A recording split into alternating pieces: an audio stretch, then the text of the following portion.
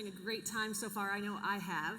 I'm Trish Rothschild. I'm a board member here at Riskalyze, and I'm so pleased to be able to greet you all and to moderate this awesome panel that we've put together. This will be the first time today here on the main stage that we are talking about kind of the investment industry specifically, trends and things that we see happening. We've been billed as titans. So we're all very proud of ourselves for being titans. We'll leave it to you to judge whether or not that's true. But the other challenge that was posed to us was to make it both practical and inspiring. So we've had a few debates about who's going to be practical and who's going to be inspiring. And you can judge that for yourself too. So just really quickly, you can see there's a lot of us. And we have 45 minutes, so we're going to be kind of going right at it. Down at the far end on my right is Brian Hamburger. He is the founder and CEO of Market Counsel Consulting and Hamburger Law.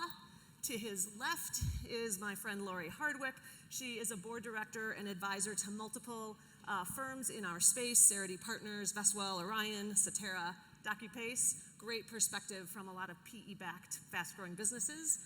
In the center here is Bill Kreger, CEO of Envestnet, and we also have Cody Foster, who is the co-founder of Advisors Excel and AE Wealth Management. I think you just got a little hoot. Yeah, love that, love that. And Jamie Hopkins, to my immediate right, managing partner of Wealth Solutions at Carson Group. So that's why they build us as titans, I guess. What we want to talk about first, which I think, despite the fact, maybe in fact, especially because the markets are down, or I don't know exactly today, thankfully I've been distracted, but we're going to talk about growth. And what are the things that our panelists here can recommend or point to in terms of tips for growth? And I guess I'll start, maybe I'll start, Jamie, with you, because I think lead gen, marketing related things, what should advisors be thinking about as it relates to lead gen and growth? What are you seeing? Well, thank you. I think this is on. Do I hear? Yeah? All right. I see a thumbs up. Thank you for that. I appreciate it. Well, welcome. I think a little energy, some clapping. There's a lot of energy in the one before this, so, come on. So, yeah, there we go. Woo! All right. So, it's a great question. Lead generation, right? How do we find clients and pair them up to people who want to serve them? And when you think about a lot of lead generation that's going out on there, in the world, it feels very sales-driven, right? That's how you talk about it. And one day I was talking with somebody and I realized how noble connecting clients with advisors is, right? We are actually solving somebody's life pain points by connecting them, right? And doing that in the right way. I do think that this world that we're in today, we're going to see a lot more digitally native people, digitally native client lead generation. COVID pushed that forward a lot. So a lot of you are probably using services that are out there today. If you go look at a lot of the VC funds out there, we see a ton of investments in lead generation, not just in this space, but across the world. But there's a little bit of a logjam out there. So then how do you differentiate in that space?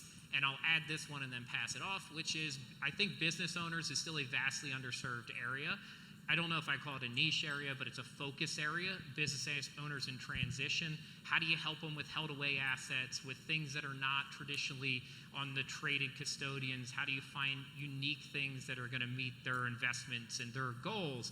And helping them with the things, I know we heard Vestwell, helping them with their retirement accounts, setting those up, Pantera, those held away assets. All of that is going to allow for growth, potentially from your existing base too. So to me, that's a huge way in the next couple of years we're going to see a lot of growth for advisors, and you can work with your existing clients to get that. Other perspectives? I'm counting on you guys to jump in. I can call names, but I'll be happy to. I'll be happy to take it. Growth is a thing we talk to our advisors a lot about. So I would say there's three fundamentals. What he was talking about. I think the first one, and we often talk about the most important number for growth, which is how many first appointments you run. So I think just a focus on how many first appointments do you have, how many are you generating is really, really important. Second thing is as you grow, especially from being just the sole advisor to maybe having a team, you have to have a systematic sales process. So most of the advisors I meet are really good, but sometimes it's hard to transfer that. So just getting your sales process to where you can train on that, anyone that you bring in. But the third, and I think the fundamental thing, I think is a credit to everyone that's in this room, is I've never seen a business that can outgrow the growth of the leader of the business. So I think a big thing is just as an advisor, really thinking like a business owner, investing in your own personal growth as you continue to build and lead a team is important. So kudos on coming to an event like this where you're going to get a lot of that. So I'll hop in. I'm Bill. Good to see everybody. Great to be here in Salt Lake. Thank you, Trish. Sure. Thank you, Aaron. I think prospecting and what Jamie said is so essential to the business. So what is that top of the funnel, and then how do you get them through to your practice? But inside your practice today is an enormous opportunity. And we've been working for the last 18 months on understanding that. And when we look across all of our advisors and we get a sense of the total book that they touch, so understanding, peer grouping everybody into a group, we realize that most advisors with their current clients, by just engaging them a little more deeply, have anywhere between a 20% to 70% revenue growth opportunity sitting in the clients that you already have today. Now, how do you find those? How do you recognize those opportunities? That's where Envestnet's spending a lot of time around the data insights, to be able to surface them to you so that you can tap that client on the shoulder and say, hey, I have a feeling you're interested in this. And they're going to be 80 to 90% responsive to you. And we're really just perfecting that degree of intelligence to unlock your own client base, to go broader, to go deeper, to drive more top line, which ultimately is what you want to achieve. I totally agree. And I take that a little bit one step further, where all of you, I am quite sure, as advisors, have women that you serve. And the statistics on women is really interesting. I don't know if you guys have followed this, but McKinsey came out with this study just earlier this year saying over of the $70 trillion that will be passed within the baby boomers, assets being passed along, that women will be the primary beneficiary of that. Now, the reason for that is because women typically live 6 years longer than men, and they're all aging. So the bad news is that we are in an industry that is 85% men, male-dominated. We are making some progress on the woman front, but not enough. I know Cheryl's doing a lot, thank you. But we're not there yet. So the really shocking news to me is that studies show that within 12 months of a woman becoming widowed, she finds a new financial advisor. Now, that could be a great growth strategy for you if you happen to be really connected to women and widows and able to really build into that community and allow yourself to grow. It also could be really bad news for you if you think you're going to be the beneficiary of, as their advisor still, and you're not connected to that half of the relationship. Women do tend to be less risky by about 15-20%. So I look at Riskalyze as being a great tool, really, to start figuring out where they are on that risk scale. Have something for the man and the woman separately. Do your check-ins separately so they feel connected with you. And I've had a lot of people say to me, well, Lori, we always ask both of the people to come to the meeting, and the man just takes the reins. There's nothing we can do. Well, I will tell you, you are going to lose that client if you do not figure out a way to bond with the woman of, in that marriage, and find a way to somehow connect with them. Women tend to be much more financial planning focused. They're worried about their family and their friends, and they're also worried about their own well-being. So if you talk to the men and say, hey, chances are you're going to go before she does. It's morbid, I know, but it is the truth. And maybe she would like to participate in these meetings so that she'll have a better understanding. If that does happen to happen, that she has less anxiety about it all. So that's my growth strategy. You know, I'm gonna continue to pull on that string, right? Because we heard some great ideas for an advisor to grow their practice, right? And these are tactics that you can go back to the office and start to implement, not tomorrow, but later this week when you go back to the office, and start to get these off the ground. But the strategy Lori's talking about is, I think, too often, Trish, advisors aren't asking the right questions. They're asking, how do I grow my firm? And yet, if you look right over their shoulder, they haven't properly built the foundation for their firm, right? Lori's talking about establishing a long-term, trusted advisor relationship, not just with what looks like the patriarch of the family, but with the entire family, right? With, with the matriarch of the family, with the children, right? The next generation, and really trying to bridge that gap. So often when we hear from an advisor and they're asking us about how do we grow our firm, we say, let's pause and let's dig deep, right? Have we addressed, and I know this is unbiased from my perspective, but have we addressed the legal issues? Have we addressed the regulatory compliance issues, right? That baseline operational standard that we can't fall below. And have we addressed the risk issues, right? Which is all, kind of flowing through all of these things. And I think you'll find that similar to when you watch ESPN and you look at the last 20 seconds of a ball game, you start to realize over time that ball game wasn't determined in the last 20 seconds. It was determined years before that. And for advisors, it's about, what does their corporate business structure look like? What does their governance look like? What do their client agreements say? Their agreements with vendors? How can they lean on those vendors? What are service level agreements that they have in place? Do they have best-in-class vendors in place? And as you start to rattle down the list of things that form a strong foundation for an advisor, the growth starts to take care of itself. It's easier to utilize some of the tactics that Jamie and Cody and Bill started talking about when you feel like you're on solid footing.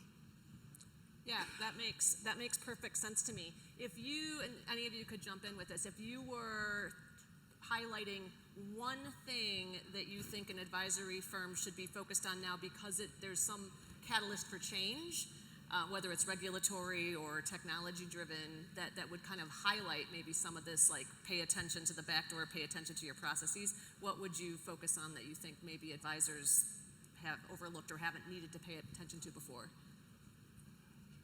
I think, I'll jump in, I'll start. I think that advisors have a reluctance to expose too much technology to their end clients.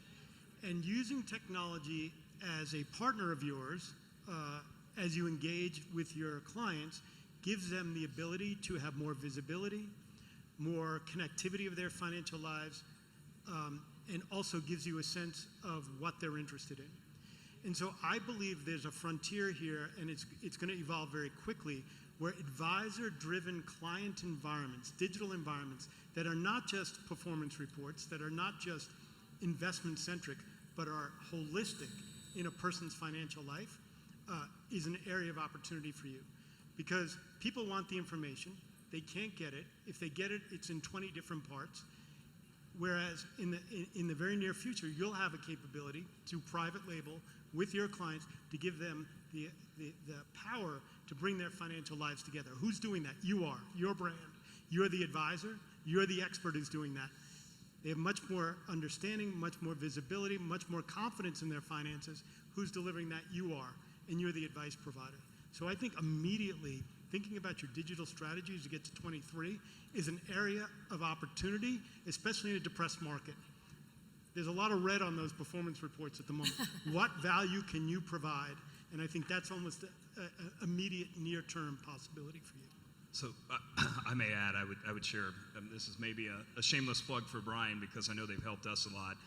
We are operating in a regulatory environment today that's probably unlike one that I've seen in the 20 years that I've been in the industry. I think there's a regulation by enforcement, and it's the only thing when you look at the equity value that you're building in your business, especially, we'll probably talk a little bit about some of the multiples and some of the stuff that's going on in acquisition right now. All of you are building a business that has some tremendous equity value. There's only one thing that can destroy that business, and that's regulatory. All the other things, they matter. It may not grow as fast. If your marketing's not working as well, you may not have the same growth rate. I think the regulatory action is the one that can really get you and impact the equity value. So I think just as you think about building equity value in your business and protecting it, that becomes a really, really big deal. And probably, I don't know, you've been in it a long time. You probably are seeing it right now. It's good for business for you. There could be nothing I could say to improve upon that. So I just want to drop the mic and walk off stage. Thank you for that. No, I think so. Of course, I agree with your perspective, and I think the challenge with me answering that question is I also see this as an entrepreneur, right? I've run market counsel and a hamburger law firm for 22 years as an entrepreneur, and when people say, well, what's the one thing you need to do, and Bill talks about the kind of these silver bullet type events, and we think about things like a regulatory exam that goes to enforcement, or we think about things like cybersecurity breach, and those are terrible things. And as a business owner and advisor, you absolutely need to pay attention to these things. But then going back to your first question, you also have to be able to drive down the road at 55 miles an hour and continue to move the business forward in a steady manner. So, as an entrepreneur and an advisor, there's just never one thing, right? It's the art of spinning plates. And you just, even if you pat yourself on the back that you're doing something really, really well, it's time to shift gears and move to something else. I just want to say I like that point about compliance, and I know that in the Riskalyze world we've been talking a lot recently about how can compliance be a growth driver, and I just think it's something that's kind of overlooked, and it really actually can be the backstone to growth in a really meaningful way. You were going to jump in? Yeah, I've got one that I try to listen. I say, but I'm sitting up here, and what I did hear is something that I talk about a lot. And how many entrepreneurs do we have in the room? A woot for the room. Yeah, look at that. That is really impressive, right? So this is an entrepreneur conference, right? I mean, that's really cool. I used to be an entrepreneur, right? I'm a failed entrepreneur, right? I ran my own firm. I worked with clients, and a couple of the comments were made, right? That I didn't delegate anything then. Like, how many people in the room have too many, I think he said, plates spinning in the air? It's like all those same hands that just said they were entrepreneurs, right? That is probably the single biggest thing you can do. Every comment that we just made was about delegating to somebody else that's a trusted partner, whether it's an outside firm, an inside offering, somebody on your team.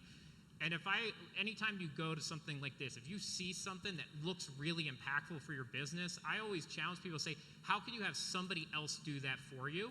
Instead of writing, I'm going to go home and do this, right? Who else inside of your network, your firm, partners that are here can do that for you? Because you're going to grow faster that way. You already have a bunch of plates in the air. So if you take one thing away from me here, it's to figure out how to delegate. It's people who take on too much, you don't achieve your greatness, right? You put those restrictions back on yourself. Free yourself from that. That's how you're going to get growth. Yeah, and adding, I agree with that, but I also think that as you take stock of all of the different partners that you do have, of the contracts that you have in place for technology or otherwise, for products, otherwise, it's really important for either you or someone in your office to be making sure that you're aware of everything that is currently offered through your contract, because every firm is morphing into offer more and more things. I mean, take InvestNet for an example. I mean, they offer everything. So it's really important to try to simplify your practice by saying, how do we streamline our technology? We don't need some things because some things have been added to the current contract that we have, or are there things that we really do need to outsource more because it will free up headcount, free up resources, time, energy, all of that. And if you don't look at it at least once a year, you're really doing yourself a disservice. I think you'll find money on the table to put on into different areas that you probably need more if you're really religious about that. Trish, if I could just piece that together, what I've heard over the first few rounds here, right? One is start with a vision, right, and some really clear objectives. Two, find the trusted partners that you're going to go far with. Have tremendous utilization, because Bill's point that there's so much technology out there. It's not a matter of capabilities anymore. It's a matter of utilization, right? Is your team utilizing the capabilities? Are your clients interested in the features? We are now, for the first time in the history of independent wealth management, in a feature-rich environment. Yes. There's an application for every need out there. And so I think that a lot of firms just lack that focus, and they just want to continue to add features without ensuring for utilization. Go for it. Because I'm delegating Yeah. the moderation, Yeah. as Jamie No, mentioned. You all go have at I it. would agree. I would agree wholeheartedly, and I think that feature is really important, and you build your practice around some of these things.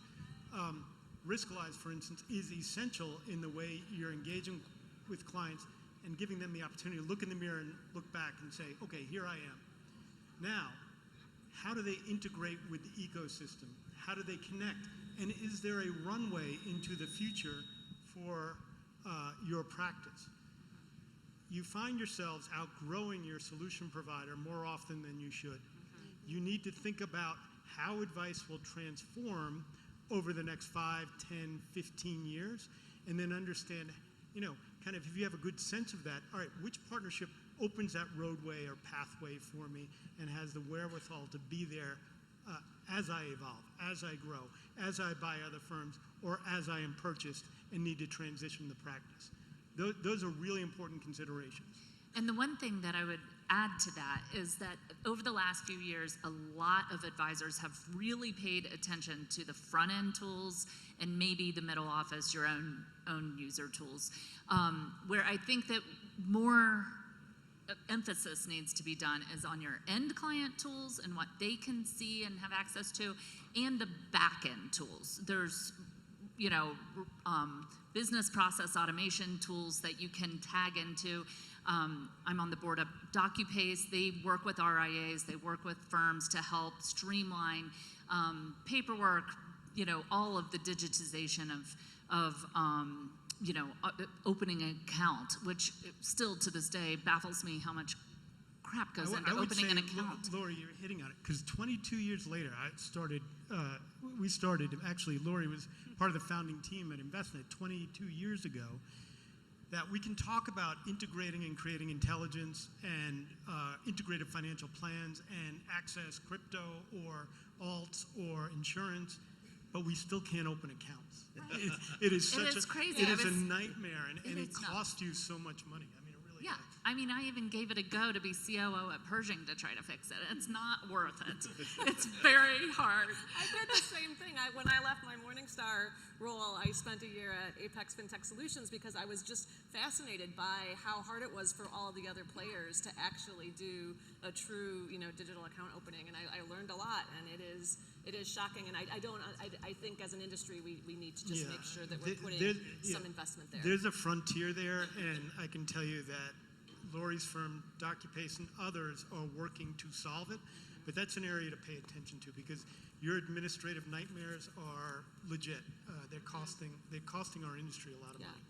money. I want to switch gears just a little bit because you did mention, you touched, Bill, a little bit on digital assets, insurance products and things, and I, as I mentioned, spent my career at Morningstar for the most part, so I have a kind of an investment-oriented mindset, and I appreciate why the industry is moving more toward financial planning and obviously fully support that, but we are managing people's money for the most part, and there are investments that go behind that. So what innovations do you see on the investment side of things, and what would you advise this entrepreneurial group, whether they're outsourcing the investment side of the equation or not, what should they be paying attention to? Well, I'll go first. Okay. I'm a big fan of the direct indexing products that are coming out. For those of you who haven't used them, it's basically an unwrapped ETF where the client actually owns the underlying securities. So it allows for tax overlay, ESG personalization, customization of those of that portfolio, and with the tax overlay, just in and of itself, it's a more efficient product. It's lower cost, but it usually adds 1% to 2% yield over and above of the tax benefit. So I think that is, and the statistics show that over the last 2 years, the use of direct indexing has increased trifold, and it's expected to triple again in the next 3 years. So that is not going away, and I'm a big fan of it. I think we have it at Orion. We've rolled it out for any of you who are interested or who use Orion and would like to start using it. But it's a great product. Next time I have you speak, I'm going to have you have like different hats at different times. Yeah, 6 boards, you'll hear about them all throughout this. They're on rotation. You know what, Lori, when you talk about direct indexing, right? That is a marvel of modern technology, right? It's as much an investment innovation as it is a tech innovation. I think there are also investment-related opportunities that have not yet been tech-enabled. Bill alluded to insurance, and I think the days are over where people are willing to look at their trusted advisor and then go somewhere else for insurance. I think they're looking for that trusted advisor to really be a resource, even if they're not getting compensated on that insurance policy. There are some an emerging number of fee-based options that advisors can really be very helpful on. When we look at this at the investment area, the biggest concern we have are proprietary investments. And we used to joke around that, that was what the wirehouses were known for, right? They would have private labeled proprietary investments. And an alarming number of advisors are coming to us with proprietary investments that their clients could probably get similar value elsewhere without the conflict of interest. And, we're constantly having to remind our advisors of their legal and regulatory obligations. Yeah, Bill, go ahead. And then Cody, I think you probably have Go a ahead, few things to say on this topic, I would imagine. Yeah, I think in general, just the innovation we're seeing in the space across all products is great for the consumer. I think that's probably the most exciting thing. I think also from a timing standpoint, the traditional investment advice that people have been given for the last 20 years of a 60-40 allocation has just blown up. So it's kind of a nightmare scenario for investors right now who have followed that advice. So I think probably more than ever before, investors are going to be very open to some different approaches. I don't know the products as well as I used to, I guess. So I don't want to talk too much about them. You worked at American College, like you can share this. But I do think there's just, like you said, we launched direct indexing. People love it. I think anything that's creating tax efficiency in this model today is going to be very, very important. I think right now protection is very, very important, figuring out ways that you can reduce some of the risk, which is what, candidly, it's what I think our advisors love about Riskalyze, is you can kind of match up the portfolios to what the client really is willing to take from a risk standpoint. Yeah, I'll hop in real quick on products, and luckily we don't have any specific product people up here because I'd insult them on this one. I both love products. I've helped build, design, implement, and roll out products for a bunch of companies. I also hate products, and I don't really care about them. And that is my consumer side. I really don't care. And if you look at a lot of data on clients when they leave advisors and go to another advisor, they just end up in whatever product suite that new advisor has. I don't think that most of it really matters. Now, I am really glad that there's a lot of innovation. Even DOL coming into place and dying brought in innovation in fee-based insurance products. Brian brought up technology is really what the direct indexing is, right? Technology ETFs, right, is what ETFs are. That is going to continue to move forward, and we will see really interesting products come out. But products are only, I think we said, like managing people's money. Like, we're managing people's security and their dignity. That's the only thing that products do. I don't care about any other aspect of the product. I don't care what riders or the fee structure.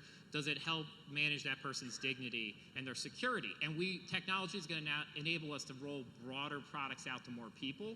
That, to me, is the most exciting thing about the product space, right? You think about some of this stuff was only available in the past if you had a super well-off, connected, rich, advisor-based clientele. And that's come down in the last 3 years to a lot more people. To me, that's the single most exciting thing about products now, is that we can get things out to people who did not have access to them before. Agree. Jamie, the way I think about it is that the product at the end of the day is the incident. The advice is happening at the plan level, and the plan is the household. So how do you solve that puzzle for the client or the household? It is not just investing. It is bringing together these parts of their financial life in a way that gets them to their goal and balances their needs today. And it's difficult to do, But it's made more difficult because we've built these things, these products, in silos. So InvestNet serves $5 trillion in invested assets every day. But now we've built a marketplace for insurance products. We've built a marketplace for loans, built a marketplace for alternative investments, for structured notes, for real estate, for digital assets, for healthcare. And as you bring the household together, these are, the idea is not to have to go to separate platforms and try to pull it back together as an advisor. It is for your partner to do that work for you, so you present the holistic offering to the client that ties back to their financial plan. Because the plan is what matters. It is what they care about. It's not a financial plan, it's their financial aspiration. It's what they're working for. So how do you execute on it? And I really do think the integration of the entire product set is essential. And have you seen, in addition to the tools, say, that you've launched through InvestNet, like maybe some other perspectives, like how do you see that coming to life best within the advisor's practices?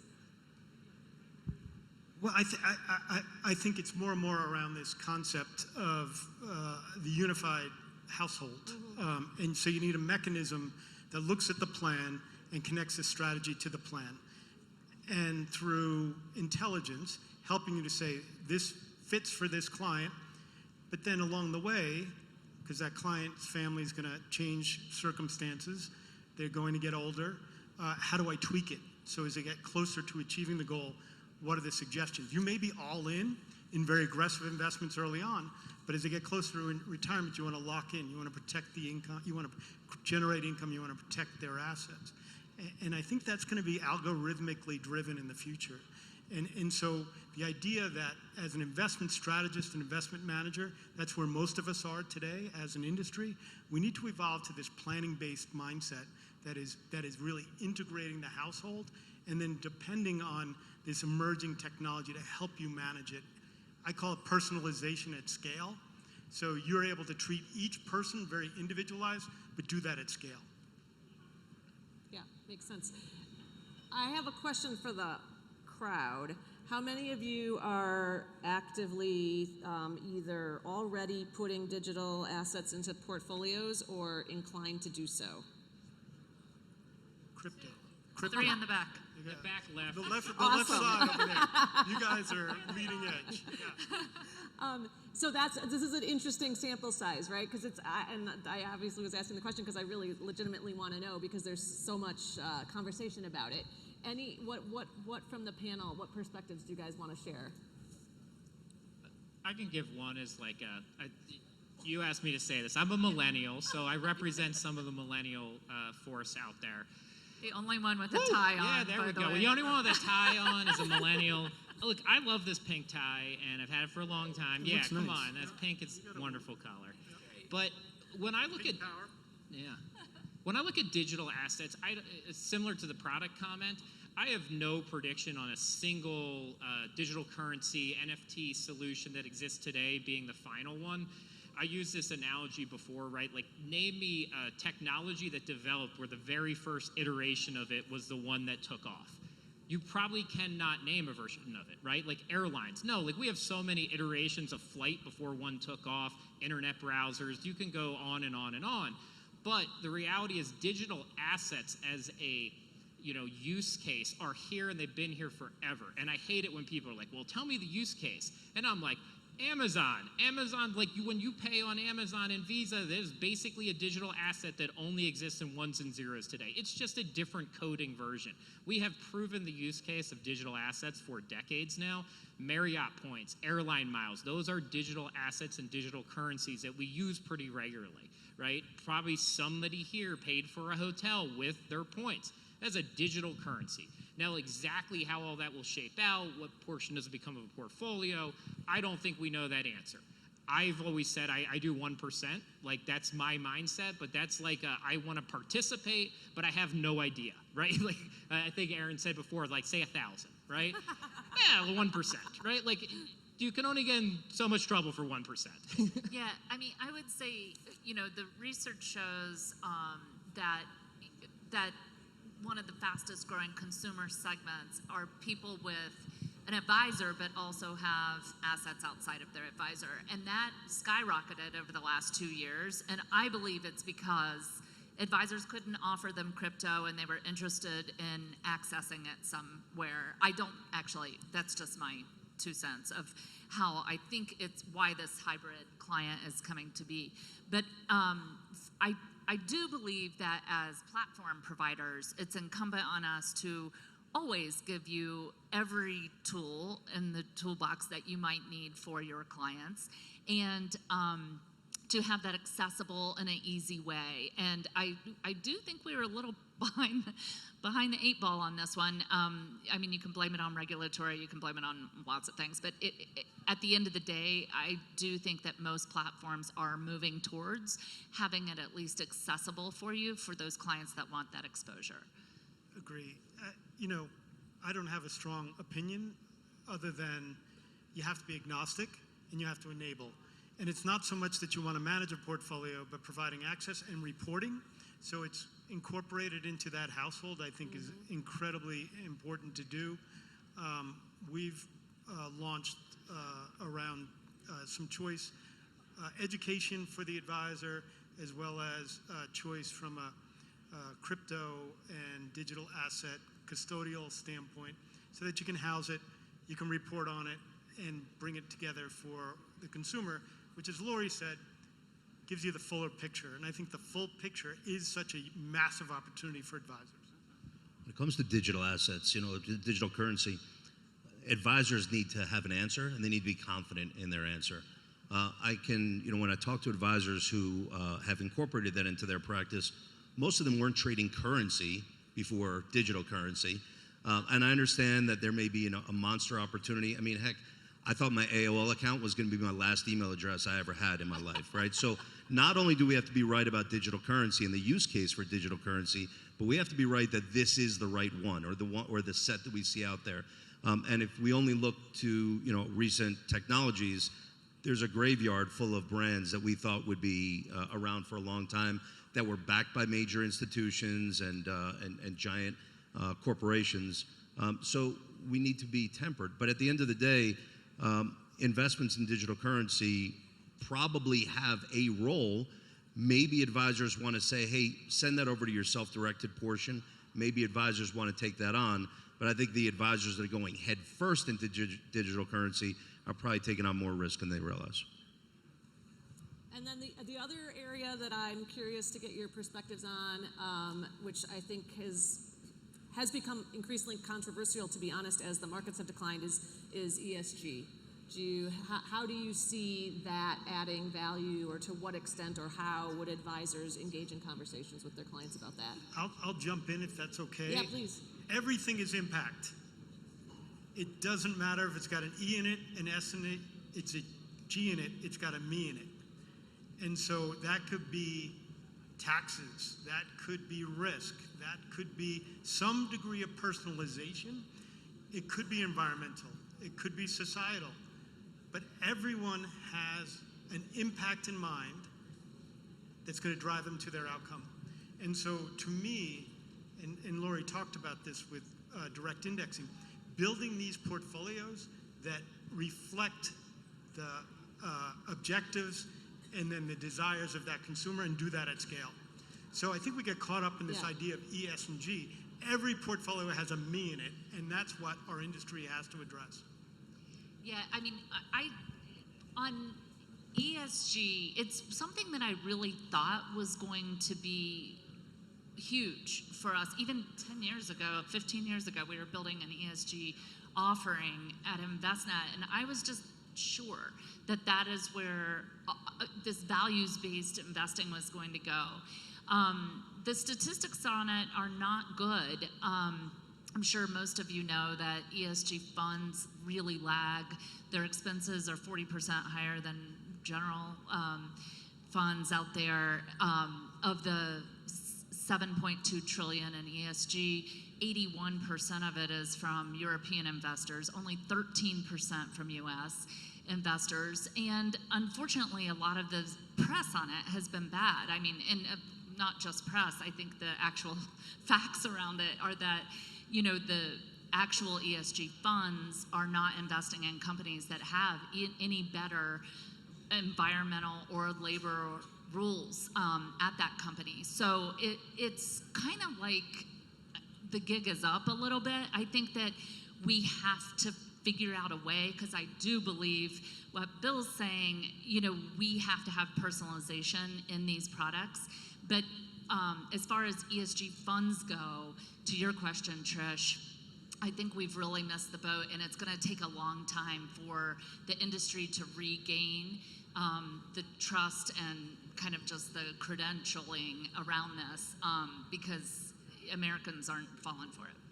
I think once you create the rules of a system like ESG has, it's only a matter of time till people game the system, and that's really what's happened, right? When you see airlines applying to qualify as ESG because they buy carbon offset credits, you realize, hey, something may be wrong here.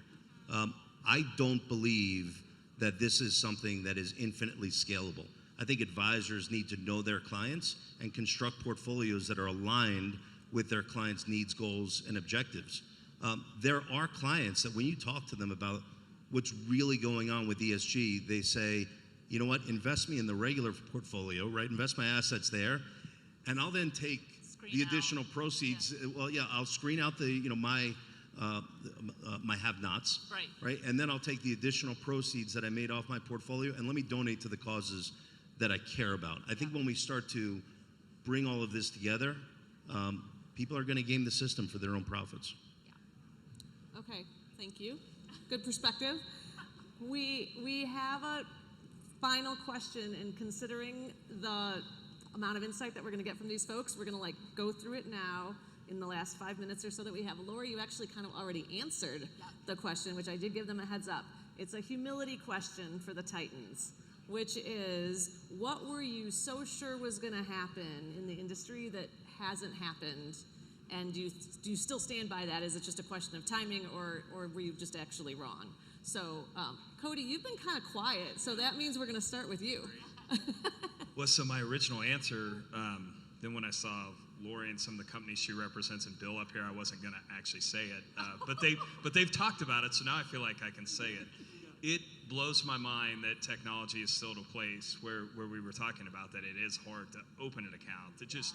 I thought if you would ask me 5 years ago where we would be with technology, we invested in a company that was going to solve this, and the company no longer exists. It folded under. It's just amazing to me, with as much money that is being spent on it. But I think what you're seeing is there's just so many different people trying to solve it, so many different variables in there. But that is one. I still think we'll solve it. I think we've made progress, but it shocks me we're still as far behind as we are in that process. So that would be mine. Awesome. Jamie? Yeah. That's I'll you. pick one real quick. Yeah, well, I was looking, and okay. then Brian's looking at me like he's going to talk. I don't know. He was getting ready. He's getting ready over there. He's got something good. Yeah, he's ready to go. And so I'll do a real quick one. It's totally different. I'm actually, and I go back 15 years now, I'm really disappointed in financial literacy as a whole. And I really did think that we were going to get further on that. There's a lot of organizations doing a lot of work, and it's all sporadic. And I'll tie into that diversity initiatives, because actually a lot of their core is we've got to raise up people's ability to earn money and actually care about finances, and then you become literate. And I think that's one of the interesting things is I've actually, even as an educator, I've lost faith a little bit in the impact that education alone can do. And so one of the statements I always say is education without execution is just smarter people doing the same dumb things. So that's a big issue. We have not seen education really move the needle there. All the initiatives, all the money spent is mostly being wasted at this point. Okay. Brian? So this is one of the hardest questions that you could have asked, because my daughter's in the audience and my kids know that. I tell them I am wrong every day. On the good days, I make it till the afternoon before I'm wrong for the first time that anyone knows about. But as I thought about it, I think advisor valuation is the one I got wrong so far. I had really thought that we reached what could be a logical max point to RAA valuation in the M&A market. And I think what I underestimated amidst the rising markets is that volatility creates this offset that increases the utility or the value of an advisor, right? And so people are reminded how important it is to have objective advice when the markets are frothy or when the markets are bad. And it increases the advisor's utility, helps them set themselves apart from things like products or mere brokerage services. And I think they continue to have some runway ahead. I like it. I like it. And Lori, are you? I'll good let with Bill your go first, and then if we ESG? have time, I've got another one. Okay. All right. Now, just I'm imagine. wrong about a lot. Imagine you were born in 1880, and I bump into you, and you're 20 years old, and I explain to you what the technology and capabilities would be today. Your head would be blown, and you would think that we lived in a Jetson-like world, in a utopian or a perfect society, and everything was connected. It solved the literacy, financial inequality, access to loans. You would have optimized financial life. Now, I'm going to fast forward to 2000, and Lori Hardwick, Bill Krager, Judd Bergman are sitting at a table. We start a company, and it's really hard to build this end-to-end environment.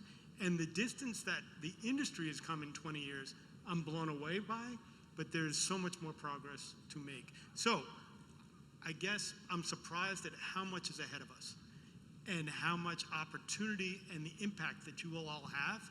So being an advisor today and being an advisor over these next 10, 15, 25 years is an essential business and will only become more essential. I think we should end with that. Love it. That is I fantastic. think we're gonna land it with that. Thank you so much, Brian, Lori, Bill, Cody, Jamie, and thank you all for joining us. Thank you.